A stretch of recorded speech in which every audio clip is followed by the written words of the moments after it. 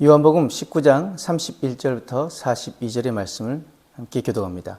이날은 준비일이라 유대인들은 그 안식일이 큰 날이므로 그 안식일에 시체들을 십자가에 두지 아니하려 하여 빌라도에게 그들의 다리를 꺾어 시체를 치워달라 하니 군인들이 가서 예수와 함께 못 박힌 첫째 사람과 또 그 다른 사람의 다리를 꺾고 예수께 이르러서는 이미 죽으신 것을 보고 다리를 꺾지 아니하고 그중 한 군인이 창으로 옆구리를 찌르니 곧 피와 물이 나오더라. 이를 본 자가 증언하였으니 그 증언이 참이라. 그가 자기의 말한 것이 참인 줄 알고 너희로 믿게 하려 함이니라. 이 일이 일어난 것은 그 뼈가 하나도 꺾이지 아니하리란 성경을 응하게 하려 함이라. 또 다른 성경에 그들이 그 찌른 자를 보리라 하였느니라. 아리마대 사람 요셉은 예수의 제자이나 유대인들이 두려워 그것을 숨기더니 2일 후에 빌라도에게 예수의 시체를 가져가기를 구하매 빌라도가 허락하는지라. 이에 가서 예수의 시체를 가져가니라. 일찍이 예수께 밤에 찾아왔던 니고데모도 몰약과 침향 섞은 것을 100리터라쯤 가지고 온지라.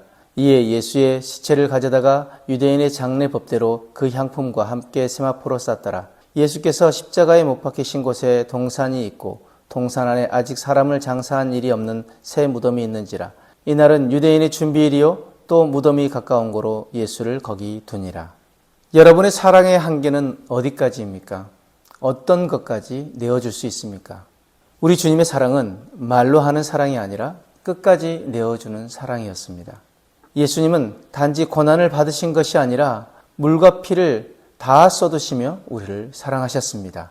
그 사랑은 우리를 구원할 뿐 아니라 우리의 삶을 완전히 바꾸는 능력이 됩니다. 오늘 본문의 말씀에 예수님의 다리가 꺾이지 않은 것은 우연이 아닙니다. 6월절 어린 양의 뼈를 꺾지 말라는 출애굽기 12장 46절 말씀이 그대로 이루어진 것입니다. 예수님 바로 하나님의 어린 양이셨습니다.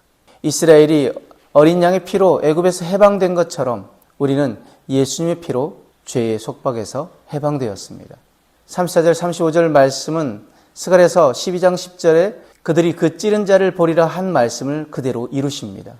특히 34절 말씀에 한 군인이 창으로 예수님의 옆구리를 찔렀을 때 곧 피와 물이 나오더라 라고 기록되었습니다.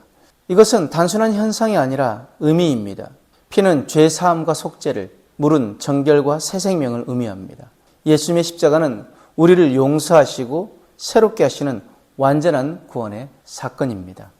38절과 39절에 등장하는 아리마대 사람 요셉과 니고데모는 원래 숨은 제자들이었습니다. 요셉은 사람을 두려워했고 니고데모도 드러내지 못해 밤에 예수님을 찾아왔습니다. 그런데 십자가에 달리신 주님을 본 이후 그들은 완전히 달라집니다. 요셉은 빌라도에게 담대히 나아가 예수님의 시체를 요구합니다. 니고데모도 예수님의 장사를 위해 값비싼 향품을 드립니다. 무엇이 바뀌었습니까? 십자가의 사랑을 진짜로 본 사람은 더 이상 숨을 수 없습니다. 주님을 향한 사랑이 더 커졌기에 더 이상 사람이 두렵지 않은 것입니다. 오늘 말씀을 통해서 우리는 자신에게 세 가지 질문을 해야 합니다. 첫 번째, 나는 여전히 숨은 신앙에 머물러 있지는 않습니까? 교회에서는 믿는 척하지만 직장, 가정, 인간관계에서는 예수 믿는 것을 숨기고 있지는 않습니까? 사람 눈치 때문에 손해볼까 봐, 관계가 불편해질까 봐 드러내지 못하고 있지는 않습니까? 십자가를 진짜로 아는 사람은 예수님 편에 서게 되고 그 사랑을 전할 수밖에 없습니다. 두 번째는 나는 십자가의 은혜를 머리로만 알고 있지는 않는지 자신에게 질문해야 합니다. 예수님이 나를 위해 죽으셨다. 이걸 아는 것과 그 사랑을 실제로 경험한 것은 다릅니다. 요셉과 니고데모는 십자가를 본 이후 그 인생이 바뀌었습니다. 오늘 자신에게 정직하게 물으십시오. 나는 십자가를 정말 본 사람인가? 아니면 그냥 알고만 있는 사람인가? 머리로만 아는 신앙에 머물지 말고 경험하고 누리고 전하는 신앙이 되길 원합니다. 세 번째, 자신에게 해야 할 질문은 이것입니다. 나는 그 사랑에 합당하게 살고 있는가? 예수님은 물과 피를 다 쏟으셨습니다. 그렇다면 우리는 그 주님께 무엇을 드리고 있습니까? 시간, 물질, 참 신앙은 일부를 드리는 것이 아니라 삶 전부를 드리는 것입니다. 예수님은 물과 피를 다 쏟으시기까지 우리를 사랑하셨습니다.